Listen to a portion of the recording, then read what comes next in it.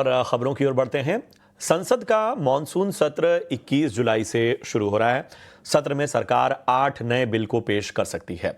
ज्यादा जानकारी के साथ प्रकाश प्रियदर्शी जुड़ चुके हैं। प्रकाश, बताएं किस तरह की गहमा-गहमी होने वाली है?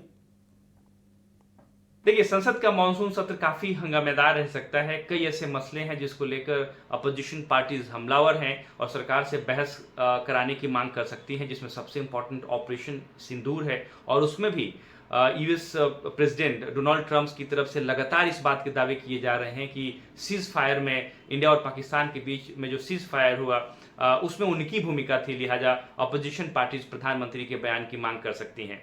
इसके अलावा अगर आप इंपॉर्टेंट बिल्स की बात करें जो कि मानसून सत्र के लिए लिस्ट किया है सरकार ने, उसमें सबसे इंपॉर्टेंट है the taxation laws amendment bill 2025, जिसके जरिए सरकार मौजूदा टैक्स लॉज में बदलाव करना चाहती है, भाषा को आसान बनाना चाहती है और जो रिडंडेंट लॉ एक्ट है, जो क्लॉज है, उसको हटाना चाहती है। इसके अलावा जन विश्वास amendment of provision bill, the Indian institute of management amendment bill, ये भी एजेंडे में शामिल है। एमएमडीआर अमेंडमेंट बिल 2025, जिसके जरिए माइनिंग सेक्टर में और रिफॉर्म करना चाहती है सरकार, लिहाजा ये भी लिस्ट में शामिल है।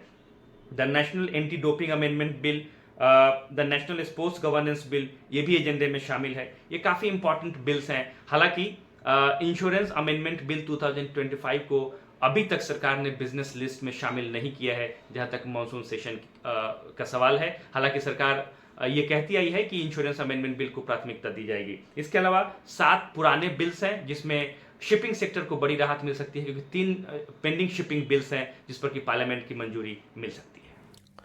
शुक्रिया करेंगे प्रकाश आपका इस अहम जानकारी के लिए।